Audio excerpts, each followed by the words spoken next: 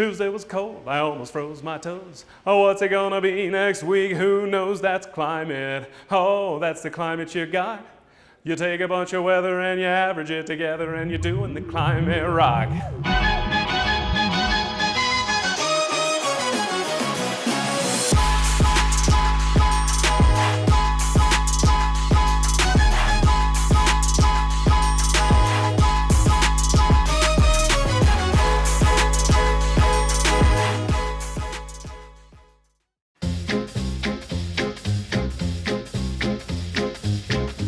At a glacial pace, it means something's happening so slowly you can barely tell it's happening at all. That used to describe the very incremental movement glaciers and ice sheets experienced each year. But now that's changing. We're tagging along with 3 NASA scientists to understand the different lengths they go to not only investigate ice sheets and glaciers, but also communicate their often complicated science to the public. First, let's get oriented. Ice sheets, in pink, pretty much occur in only 2 places, Antarctica and Greenland. Glaciers, in yellow, play a key role draining melt off the ice sheet. Glaciers are also found in the high mountains, but we'll get to those in another episode. So we know that something's happening in Greenland right now that's unprecedented in the last several thousand years.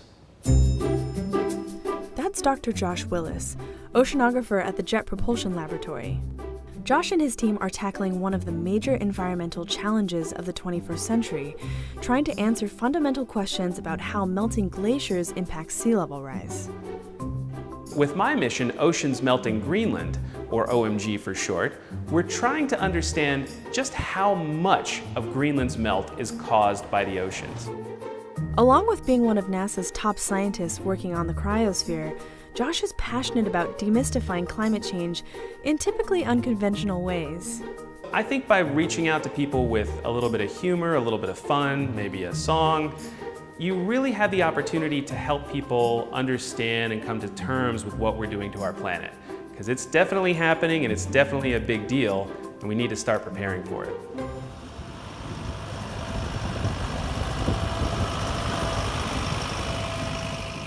Down at the opposite pole, Dr. Kelly Brunt is getting ready for a major expedition. In December and January this coming year, I'll actually be in Antarctica down near the South Pole collecting ground-based GPS data. This is actually Kelly's second expedition to the South Pole. The first occurred in December and January of last year.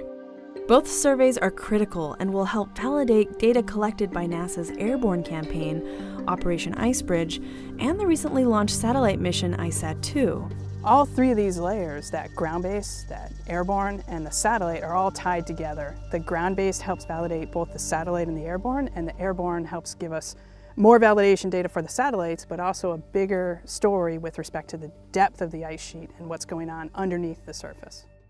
While some scientists are taking measurements in the field, others are looking for answers in physics and lines of code. For me, those projections that we are doing, they do have a very personal meaning. Dr. Sophie Nowicki is an ice sheet modeler. That means she and her team have the important job of forecasting how ice will change in the future, which also predicts changes in sea level rise.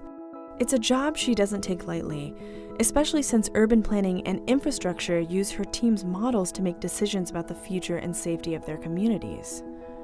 When we make those projections that are 100 years in the future, 100 years can seem so far away, like I don't have to worry about it, it's just too far.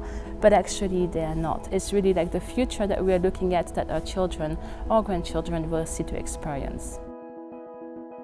Whether it's learning to communicate in new ways, traversing a swath of Antarctica in a massive piston bully, or taking responsibility for an impactful climate forecast, our NASA explorers are pushing the limits of discovery every day.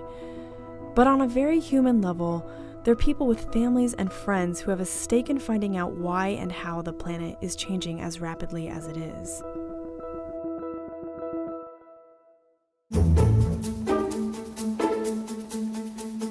Every place, at least so far, that we have found life, we found water along with it. And so when we try to understand the thresholds for life, where life might exist, elsewhere in our solar system and the universe, water is one of those things that we look for.